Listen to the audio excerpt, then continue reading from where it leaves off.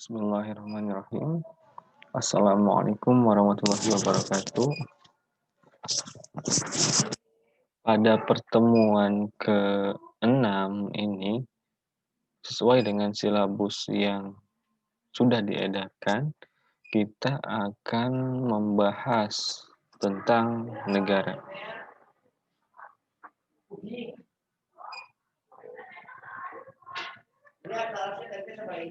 Negara. Kita mulai dari definisi atau pengertian dari negara. Nah, kata negara berasal dari kata state dalam bahasa Inggris, kemudian staat dalam bahasa Belanda, etat dalam bahasa Prancis, dan dalam bahasa Latin status atau statum yang artinya keadaan yang tegak dan tetap atau sesuatu yang memiliki sifat-sifat yang tegak dan tetap. Nah, dalam pengertian yang sederhana, negara dapat dipahami sebagai suatu organisasi kekuasaan dari sekelompok atau beberapa kelompok manusia yang bersama-sama mendiami satu wilayah tertentu dan mengakui adanya satu pemerintahan yang mengurus tata tertib serta keselamatan sekelompok atau beberapa kelompok manusia tersebut. Nah, kita mulai sebelum lebih jauh, kita akan mengetahui pengertian negara menurut beberapa ahli. Yang pertama ada dari Aristoteles dengan judul bukunya Politika. Ia mendefinisikan negara merupakan suatu persekutuan yang mempunyai tujuan tertentu. Negara terjadi karena penggabungan keluarga-keluarga menjadi suatu kelompok yang besar, kemudian kelompok tersebut bergabung lagi dengan kelompok-kelompok besar lainnya hingga membentuk suatu desa. Dan desa ini kemudian bergabung lagi dengan desa-desa yang lainnya, sehingga kemudian timbullah suatu negara. Nah, Aristoteles pada saat itu melihat bahwa negara yang ia maksud adalah negara kota, yaitu negara polis dalam bahasa Yunani-nya. Dia melihat bahwa negara kota di sini adalah negara yang merupakan gabungan dari desa-desa yang berawal dari kelompok-kelompok besar dan keluarga-keluarga tadi. Nah, pada saat itu kota-kota di sana atau negara kota di sana itu memiliki jumlah penduduk yang relatif lebih kecil daripada negara yang kita bayangkan hari ini.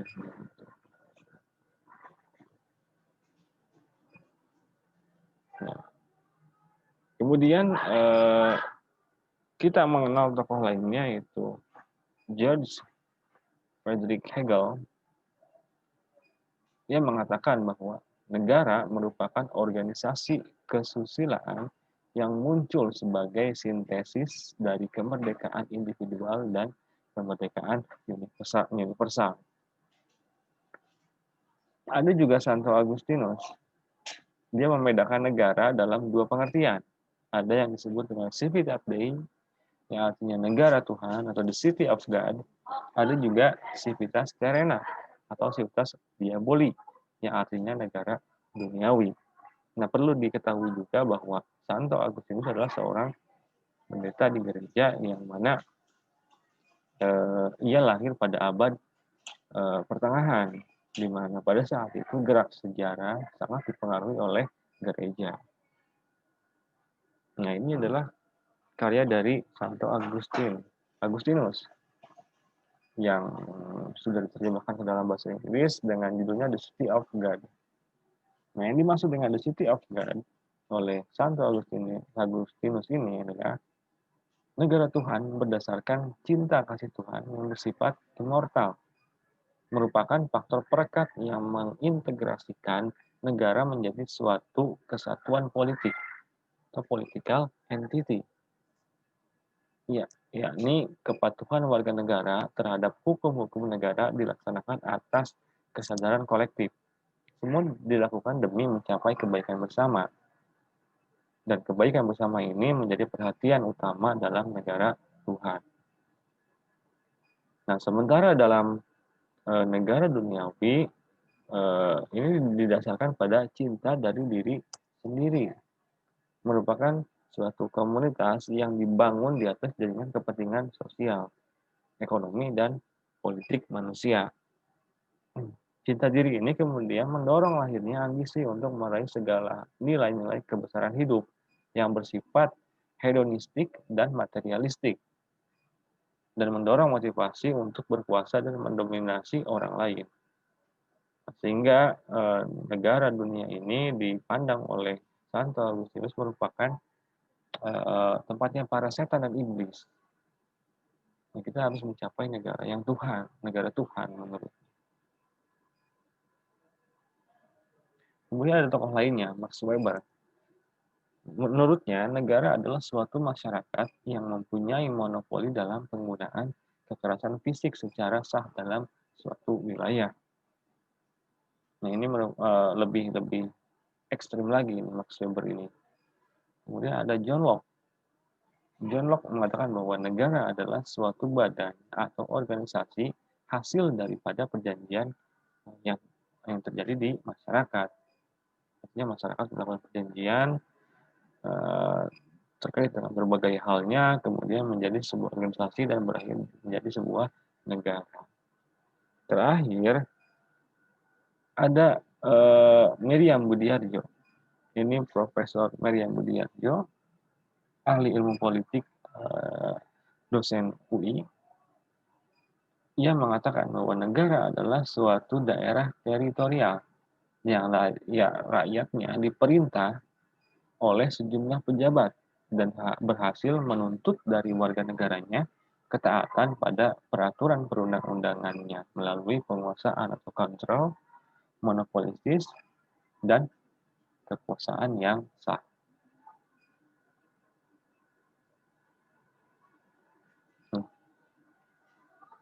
Untuk hal-hal mendasar terbentuknya negara, Thomas Aquinas mengatakan bahwa adanya negara di dalam masyarakat itu didorong oleh dua hal. Yang pertama adalah manusia sebagai makhluk sosial, dan yang kedua manusia sebagai makhluk politik. Kemudian Thomas Hobbes juga memberikan pandangannya bahwa adanya negara itu diperlukan karena negara merupakan tempat berlindung bagi individu, kelompok, dan masyarakat yang lemah.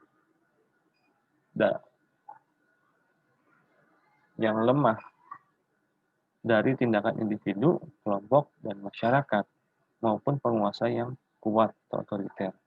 Sebab menurut Hobbes, manusia dengan manusia lainnya memiliki sifat seperti serigala.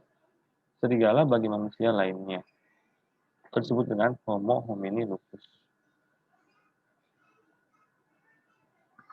Nah, ada unsur-unsur terbentuknya suatu negara. Yang pertama adalah unsur konstitutif. Ini merupakan unsur pembentuk yang harus dipenuhi agar negara tersebut dapat terbentuk. Kemudian ada unsur deklaratif, unsur yang sifatnya menyatakan, bukan mutlak harus dipenuhi. Nah, unsur-unsur konstitutif ya ada 3. Yang pertama adalah tentu saja harus ada wilayah yang menjadi kekuasaan dari sebuah negara. Nah, yaitu daerah yang menjadi kekuasaan negara serta menjadi tempat tinggal bagi rakyat negara. Wilayah juga menjadi sumber kehidupan bagi rakyatnya. Wilayah negara kemudian mencakup darat, laut, dan juga udara. Kemudian unsur konstitutif yang kedua adalah rakyat, yaitu orang-orang yang bertempat tinggal di wilayah itu, tunduk pada kekuasaan negara dan mendukung negara yang bersangkutan. Dan yang terakhir adalah pemerintahan yang berdaulat, yaitu adanya penyelenggara negara yang memiliki kekuasaan menyelenggarakan pemerintahan di negara tersebut. Pemerintah tersebut memiliki kedaulatan baik ke dalam maupun keluar. Kedaulatan ke dalam berarti negara memiliki kekuasaan untuk ditaati oleh rakyatnya, Sementara kedaulatan keluar berarti negara mampu mempertahankan diri dari serangan negara lain. Nah, kita tentu akan dapat membedakan antara negara dan pemerintah. Sampai hari ini masih banyak mahasiswa yang sulit membedakan antara negara dan pemerintah. Padahal dua hal tersebut merupakan dua hal yang berbeda. Negara merupakan lebih cenderung kepada wilayah teritorialnya, sementara pemerintahan adalah sekelompok orang yang kemudian mengelola negara. Maka harus dipisahkan antara negara dan pemerintah. Nah, unsur deklaratif, selain unsur konstitutif tadi, beberapa hal harus terdapat unsur deklaratif, baik secara de jure maupun de facto. Yang de jure, pengakuan dari negara lain berdasarkan hukum internasional, baik secara politis, ekonomi, dan juga yang lainnya. Kemudian de facto berdasarkan kenyataannya, suatu negara mengakui kemerdekaan karena pada kenyataannya unsur-unsur konstitutif telah terpenuhi. Nah, contoh pengakuan dari negara lain. Pemerintah Mesir mengakui kedaulatan pemerintah RI atas Indonesia yaitu pada tanggal 22 Maret tahun 1946. Dengan begitu, Mesir tercatat sebagai negara pertama yang mengakui proklamasi kemerdekaan Indonesia. Nah, setelah Mesir kemudian menyusul ada negara Syria, Irak, Lebanon, Yaman, Arab, dan Afghanistan. Nah, selain negara tersebut, Liga Arab juga berperan penting dalam pengakuan dari kedaulatan Indonesia. Nah, pada tanggal 18 November melalui sidang Dewan Liga Arab menghasilkan keputusan menganjurkan semua negara anggota Liga Arab mengakui Indonesia sebagai negara merdeka yang berdaulat. Tentu saja, Liga Arab ini memberikan dukungan kepada Indonesia merdeka didasarkan pada ikatan keagamaan, persaudaraan, serta kekeluargaan.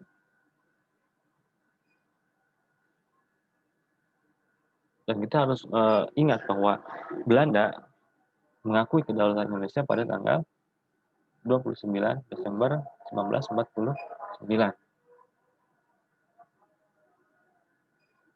Nah, sifat-sifat negara.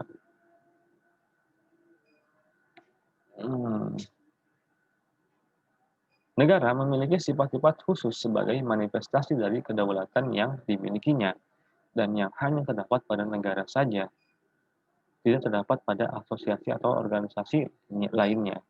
Nah, secara umum, menurut Maryam Budiarjo, setiap negara memiliki sifat memaksa, memonopoli, dan sifat mencakup semua. Sifat memaksa, nah ini berkaitan dengan aturan perundang-undangan yang harus ditaati.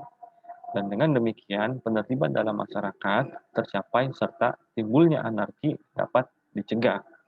Maka negara memiliki kekuasaan untuk memaksakan kehendak dan kekuasaannya untuk menyelenggarakan ketertiban, baik dengan memakai kekerasan fisik maupun melalui jalur hukum. Nah, sarana untuk itu adalah polisi, tentara, dan semacamnya. Nah, sifat memaksa ini tentu harus ada dalam sebuah negara, karena sifat manusia apabila tidak diberikan aturan, artinya dia bebas liar, maka ini akan menimbulkan suatu kekacauan yang luar biasa.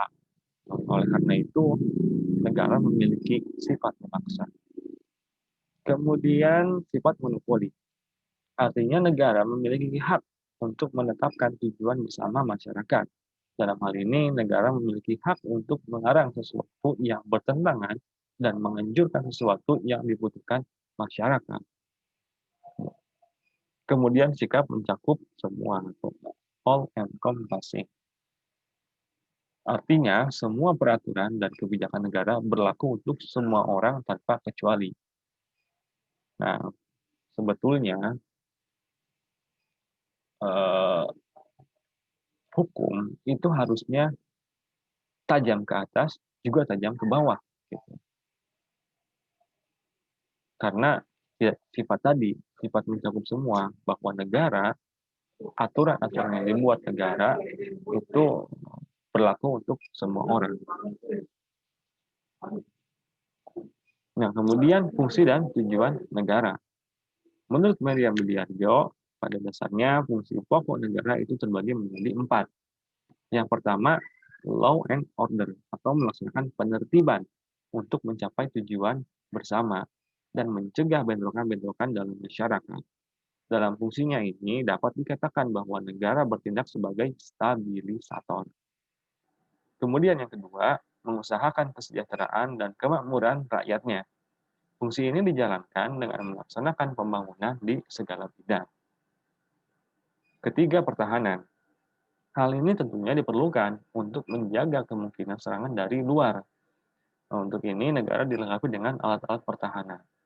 Nah, kita melihat dewasa ini bahwa di negara-negara Timur Tengah itu sedang terjadi bentrokan antar negara sampai dengan peperangan.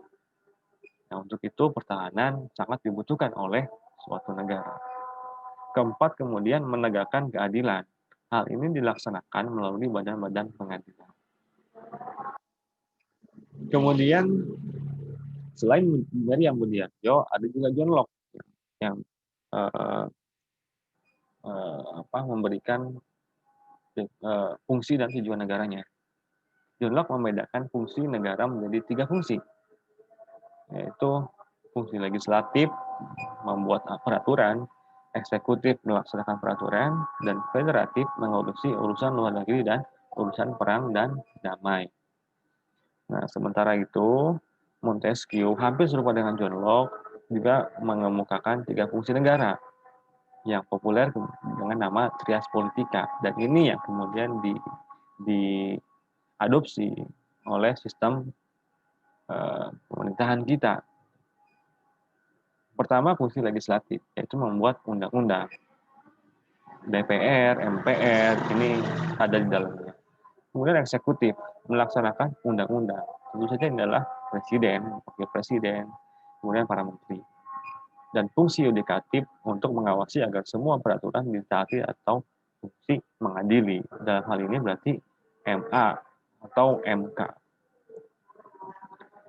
Untuk materi pertemuan ke-6 mungkin cukup sekian. Terima kasih atas perhatiannya. Assalamualaikum warahmatullahi wabarakatuh.